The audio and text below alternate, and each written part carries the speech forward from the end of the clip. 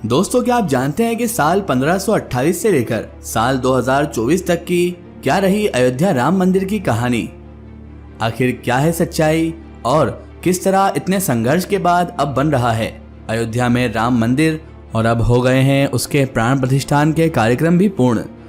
तो आज हम आपको बताएंगे दोस्तों, क्या रही 1528 से लेकर 2024 तक की राम मंदिर की कहानी। दोस्तों, ये बात है साल 1528। अयोध्या में एक ऐसे स्थल पर मस्जिद का निर्माण किया गया जिसे कुछ हिंदू अपने आराध्य देवता राम जी का, श्री राम का जन्म स्थान मानते थे। समझा जाता है कि मुगल सम्राट बाबर ने यह मस्जिद बनवाई थी, जिस कारण इसे बाबरी मस्जिद के नाम से जाना जाता था। 1855 में यहाँ एक हिंदू मुस्लिम दंगा हुआ, जिसके कारण मस्जिद के सामने एक बाहरी घेरा बना दिया गया। इस कार्रवाई ने हिंदुओं को आंतरिक आंगन तक पहुंचने से रोक दिया, जिससे उन्हें बाहरी आंगन में एक मंच पर प्रसाद चढ़ाने के लिए प्रेरित किया गया। साल 1856 से 57 इस दौरान हनुमानगढ़ी और बाबरी मस्जिद के आसपास एक सांप्रदायिक दंगा हुआ। ऐतिहासिक वृतांत ये बताते हैं दोस्तों कि घटना से पहले मुसलमानों और हिंदुओं दोनों की पहुंच पूजा के लिए मस्जिद क्षेत्र तक ही थी। दंगा औपनिवेशिक सरकार को सत्ता हस्तांतरण के साथ हुआ, जिसके परिणाम स्वरूप मस्जिद के बाहर एक ईंट की दीवार रेलिंग स्थापित की गई। 1859 ब्रिटानिया शासकों ने यानी ब्रिटेन के शासकों ने विवादित स्थल पर बाड़ लगा दी और परिसर के भीतरी हिस्से में मुसलमानों को और बाहरी हिस्से में हिंदुओं को प्रार्थना करने की अनुमति दे दी गई। 1885 में महंत रघुबर दास ने राम जन्म स्थान के महंत होने का दावा करते हुए एक मुकदमा दायर किया, जिसे 1885 का मुकदमा जाना जाता है। उन्होंने बाहरी प्रांगण में राम चबूतरा पर मंदिर बनाने के लिए अनुमति मांगी। 1934 यानी 1934 में एक सांप्रदायिक घटना घटी, जिससे मस्जिद को नुकसान पहुंचा। हालांकि इसे बाद में बहाल कर दिया गया। दस्तावेजों से पता चलता है कि औपनिवेशिक प्रशासन ने मस्जिद की मरम्मत और नवीनीकरण को मंजूरी दे दी। साथ ही दोस्तों, घटना के दौरान मस्जिद को हुए नुकसान के लिए हिंदुओं पर जुर्माना भी लगाया गया। उसके बाद दोस्तों आया दौर 1949 का। 1949 में ही मस्जिद में भगवान राम की मूर्तियां मिली। कथित तौर पर कुछ हिंदुओं ने ये मूर्तियां वहां रख दी थी।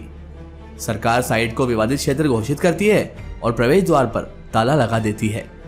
16 दिसंबर 1949 को के नैयर ने उत्तर प्रदेश के गृह सचिव गोविंद नारायण को बाबरी मस्जिद स्थल पर एक ऐतिहासिक मंदिर के बारे में सूचित किया। बाद में नैयर भारतीय जनसंघ उम्मीदवार के रूप में लोकसभा के सदस्य बन गए।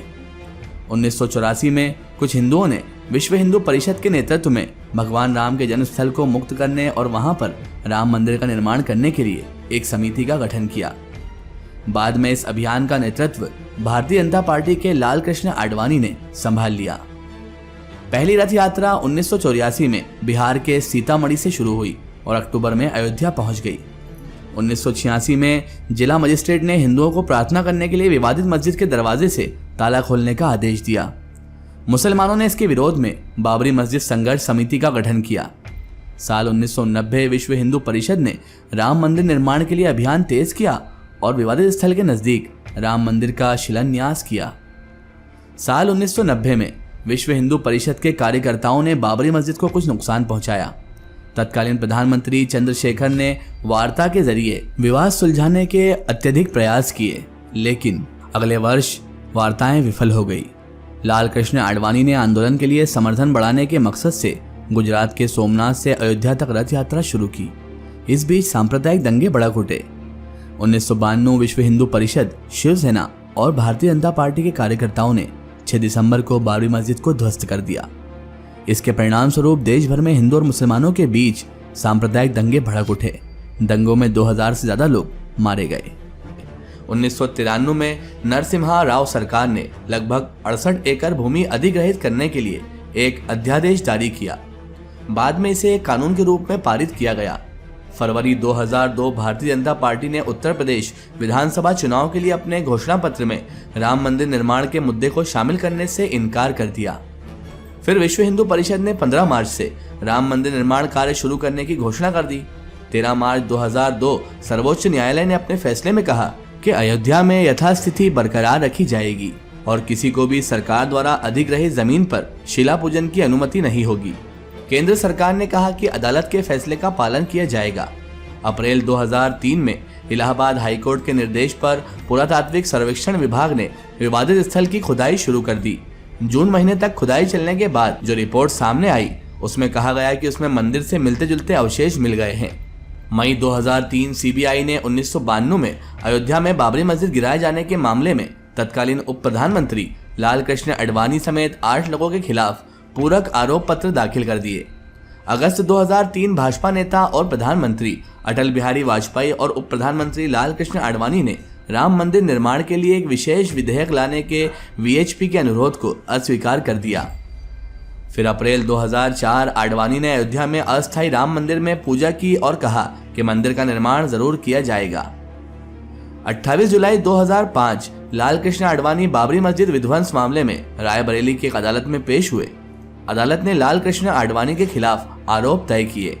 20 अप्रैल 2006 कांग्रेस के नेतृत्व वाली यूपीए सरकार ने लिब्राहन आयोग के सामने लिखित बयान में आरोप लगाया कि बाबरी मस्जिद को ढाया जाना सुनियोजित षड्यंत्र का हिस्सा था और इसमें भाजपा, राष्ट्रीय स्वयंसेवक संघ, बजरंग दल और शिवसेना की मिली भगत थी।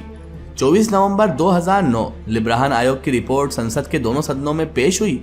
आयोग ने अटल बिहारी वाजपेयी और मीडिया को दोषी ठहराया और नरसिंह राव को क्लीन चिट दे दी।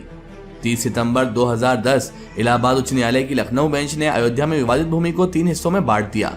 सुन्नी वक्फ बोर्ड, निर्मोही अखाड़ा, रामलला विराजमान को मुस्लिम और हिंदूवादियों के बीच के अनुपात में 1/3 जमीन बांट दी गई। 21 मार्च 2017 पूर्व मुख्य न्यायाधीश खेहर ने सभी पक्षों के बीच अदालत के बाहर समाधान का सुझाव दिया। साल 2019 में ही सुप्रीम कोर्ट ने पूरी विवादित जगह को रामलला को सौंपने का आदेश दे दिया। वहीं सुन्नी वक्फ बोर्ड को मस्जिद बनाने के लिए 5 एकड़ जमीन दे दी गई। साल 2020 में 5 अगस्त को राम मंदिर के लिए भूमि पूजन का कार्यक्रम रखा गया और अब 22 जनवरी 2024 नए राम मंदिर का अयोध्या में उद्घाटन हो जाएगा। तो दोस्तों, ये थी 2024 तक की रामलला के उस भव्य मंदिर की कहानी। आपकी इस बारे में क्या राय है कमेंट सेक्शन में जरूर बताएं और इस वीडियो को ज्यादा से ज्यादा शेयर करें। फिर हाजिर होते हैं किसी नई वीडियो के साथ। तब तक के लिए जय हिंद, वंदे मातरम।